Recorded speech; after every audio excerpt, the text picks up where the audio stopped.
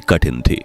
साल 1947 की शुरुआत काफी कठिन थी, क्योंकि कुछ साल पहले जो लोग आजाद भारत चाहते थे वही लोग बंटवारे के नारे लगा रहे थे। धर्म की बिना पर अखंड भारत की दो मुल्कों के बंटवारे की मांग ने जगह जगह हिंसक दंगे भड़का दिए। जो भारत मात्र 2 सदियों पहले दुनिया की कुल अर्थव्यवस्था में 27% हिस्सेदारी रखता था, जिसके धन को अंग्रेजों ने भारत से लूटकर धन दौलत इंग्लैंड पहुंचा दी थी, इसलिए 1947 में दुनिया की अर्थव्यवस्था में भारत का हिस्सा सिर्फ 3.9% रह गया था। दोस्तों, आज फूटी कौड़ी शब्द का इस्तेमाल मुहावरों में किया जाता है। वही फूटी कौड़ी उस वक्त देश की सबसे छोटी करेंसी बची थी। 200 सालों तक भारत को लूटने वाले अंग्रेज भारतीय सैनिकों की मदद से द्वितीय विश्व युद्ध तो जीत गए थे, मगर भारत में आजादी की आग को काबू करना अब उनके बस की बात नहीं थी।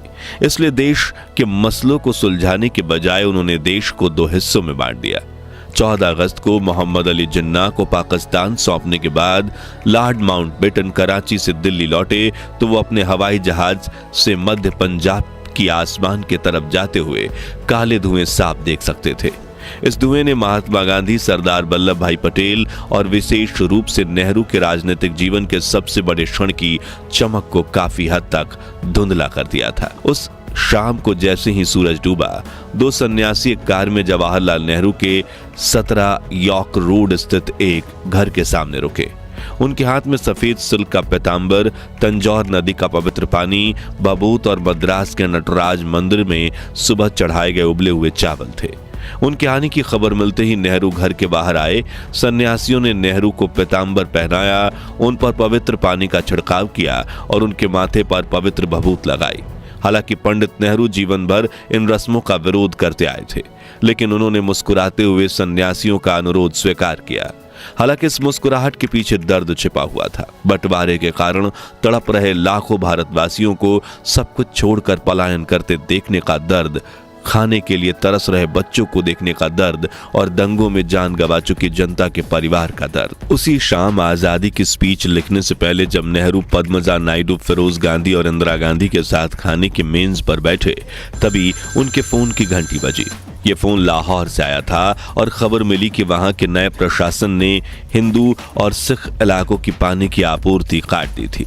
लोग प्यास से तड़प रहे थे। जो औरतें और बच्चे पानी की तलाश में बाहर निकल रहे थे, उन्हें चुन चुन कर मारा जा रहा था।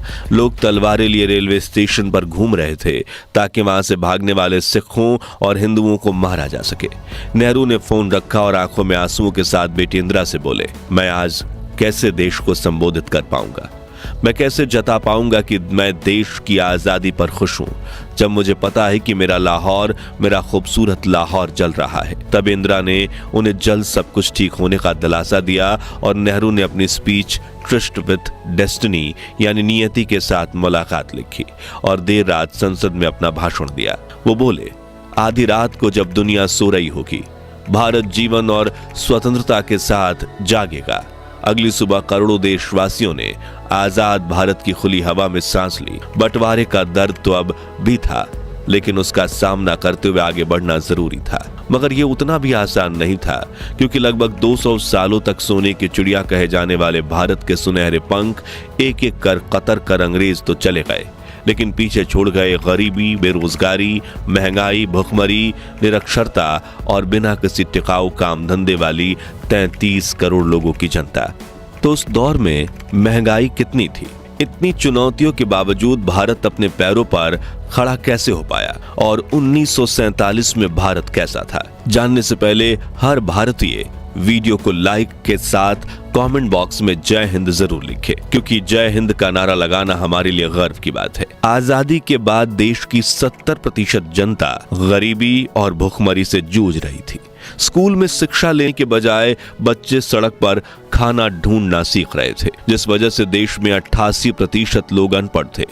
2 सदियों पहले भारत दुनिया की कुल अर्थव्यवस्था का 27% हिस्सेदारी रखता था, लेकिन अंग्रेजों ने भारत से लूटकर धन दौलत इंग्लैंड पहुंचा दी थी। इसलिए 1947 में दुनिया की अर्थव्यवस्था में भारत का हिस्सा सिर्फ 3.9% रह गया था। इसमें भी देश की 60% आमदनी खेती पर निर्भर थी। कहा जाता है कि अंग्रेजों के राज राज के दौरान भी भारतीयों की इतनी बुरी अवस्था नहीं थी जितनी आजादी की और बंटवारे के दौरान करीब 6 महीनों तक हुई थी, क्योंकि बिना किसी सरकार, बिना किसी करेंसी और बिजनेस के अंग्रेज भारत को अपने हाल पर तड़पने के लिए छोड़कर भाग निकले थे।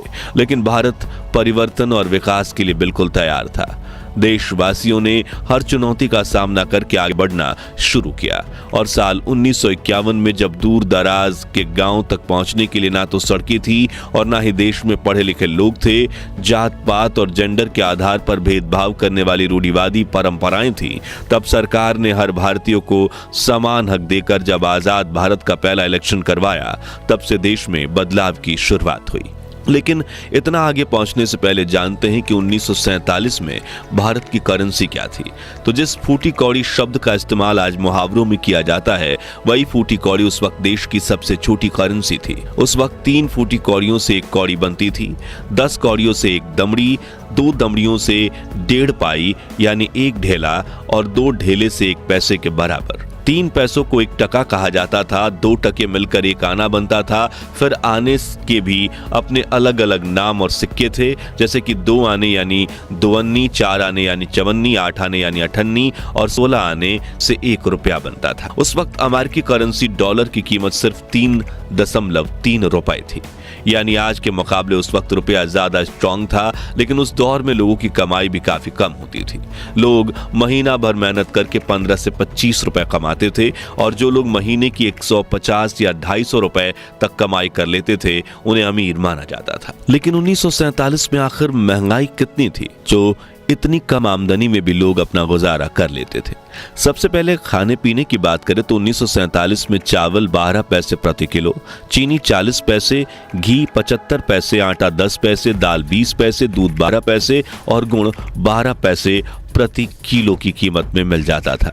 उस दौर में सिर्फ 1 पैसे में 1 केला मिलता था, 25 पैसे में साबुन और बल्ब मिल जाता था, जबकि सिनेमा की टिकट सिर्फ 30 पैसे में मिलती थी, जो आगे बढ़कर औसतन 300 रुपए तक पहुंच चुकी है, यानी करीब 1000 गुना ज्यादा। सन 1947 में देश के कुछ प्रतिशत हिस्से में ही बिजली थी। किसी के घर बिजली होना तो मानो एक लग्जरी थी। देश के 90 से 95% हिस्से में बिल्कुल कच्ची सड़कें थीं। यातायात के लिए लोगों के पास महंगी गाड़ियां या बाइक नहीं बल्कि सिर्फ साइकिल हुआ करती थी, जिसकी कीमत महज 20 रुपए थी, लेकिन उस समय के हिसाब से काफी ज्यादा थी। सोना चांदी की बात करें तो 1947 में 10 ग्राम सोने की कीमत मात्र 88 रुपए थी, जो आज 88 रुपए से 88,000 पहुंचने के करीब है। और 1 किलो चांदी की कीमत सिर्फ 107 रुपए थी। बाकी जीवन जरूरी चीजों की कीमत पर नजर डालें तो टॉर्च 1.5 रुपए, केरोसिन वाला चूल्हा 8 रुपए, सिलाई मशीन 85 रुपए, गाड़ी 2500 रुपए, लग्जरी होटल में खाना 3 रुपए और अखबार 12 पैसे में मिल जाता था। उस वक्त पाकिस्तान के पास अपनी कोई करेंसी नहीं थी, इसलिए आजादी के बाद कई सालों तक उन्होंने भारत के रुपये पर ही हुकूमत पाकिस्तान लिखकर अपना काम चलाया, जिसके बाद उन्होंने अपना पाकिस्तानी रुपया बनाया था। शैक्षणिक संस्थाओं की बात करें तो आजादी के वक्त भारत में 5000 स्कूल मौजूद थे। उच्च शिक्षा के लिए 100 कॉलेजेस, महज 25 यूनिवर्सिटीज थीं। यातायात के किराए की बात करें तो उस वक्त बस, ट्रेन और बैलगाड़ी का किराया पैसों से लेकर आनों तक होता था। कलकत्ता में ट्रैम गाड़ी का किराया महज 5 पैसे होता था और दिल्ली से मुंबई फर्स्ट क्लास ट्रेन की टिकट 123 रुपए में मिलती थी। स्कूल फीस 5 रुपए प्रति महीना होती थी और अस्पताल में प्रेग्नेंट लेडी की डिलीवरी सिर्फ 75 रुपए में हो जाती थी।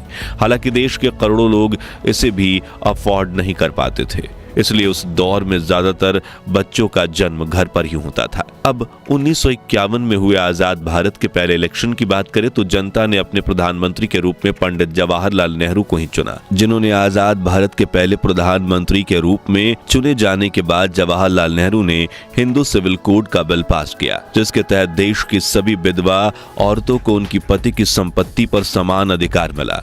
उनका अगला उद्देश्य था देश में औद्योगिकरण की शुरुआत करना, ताकि जनता को रोजगार मिल सके।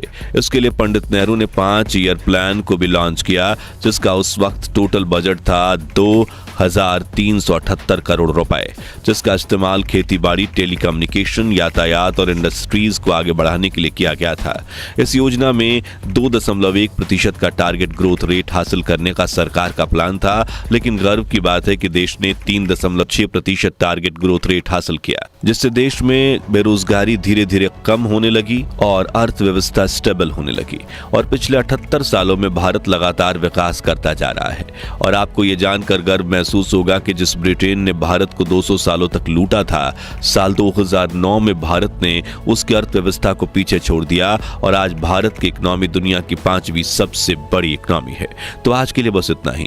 अगर आपको भी देश को आजादी दिलवाने वाले महान क्रांतिकारियों पर गर्व है तो उनके सम्मान में कमेंट बॉक्स में जय हिंद जय भारत जरूर लिखें। ये वीडियो पसंद आई हो तो लाइक और शेयर करके 15,000 लाइक्स के लक्ष्य को हासिल करने में हमारी मदद कीजिए। और हमारे भारत के महान इतिहास से जुड़े ऐसे ही दुर्लभ वीडियोस के लिए हमारे चैनल को सब्सक्राइब करके पास वाली घंटी जरूर बजा दीजिए।